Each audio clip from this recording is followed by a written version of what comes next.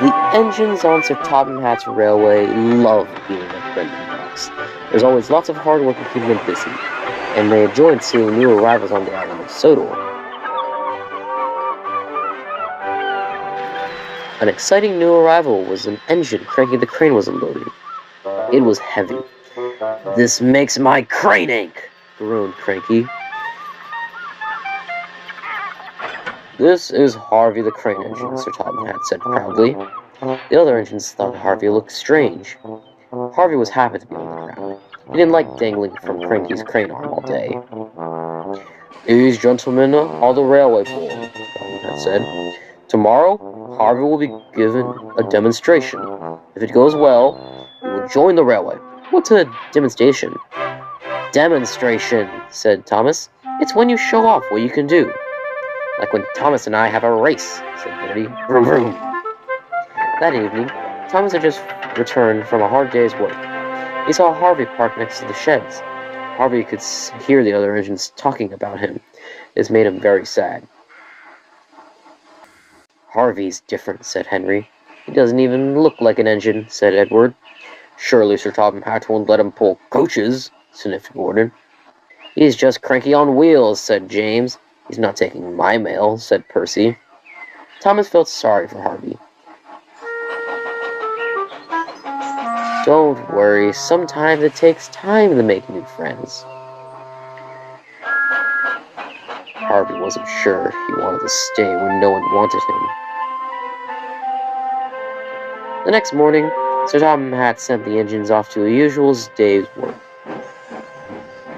"Maybe come in here wasn't the best idea, sir," Harvey chuffed sadly. "Nonsense," said Sir Topham Hatt. "But the other engines don't like me. I'm too different. Different is what makes you special." And that made Harvey feel better. Out on the branch line, Percy was having trouble with the trucks. "Faster we go, faster we go. Pull him along, don't let him slow." "Help!" cried Percy. His driver applied the brakes, but it was already too late. He went off the rails at Bulger's Bridge. Luckily, no one was hurt. Bertie arrived and was pleased Percy was all right, but he was also very cross. "You've blocked the road," Bertie snapped. He was worried he wouldn't get the gentlemen of the railway board to the demonstration on time.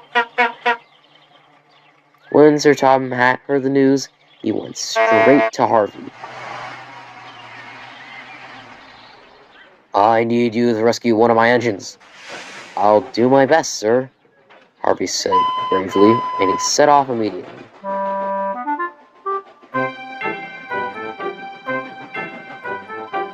Harvey soon arrived and set to work.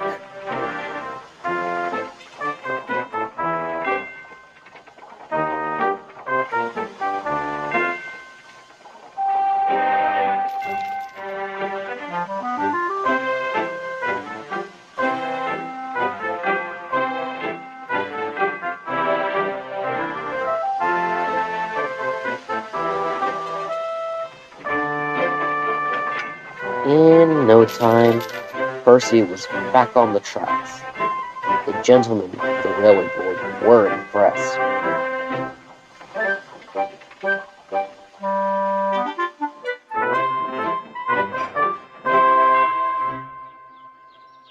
"That was the best demonstration of all. The gentlemen of the railway board have decided you shall stay on the railway." "Oh, thank you, sir," Harvey said proudly. That night, Harvey heard the engines talking again.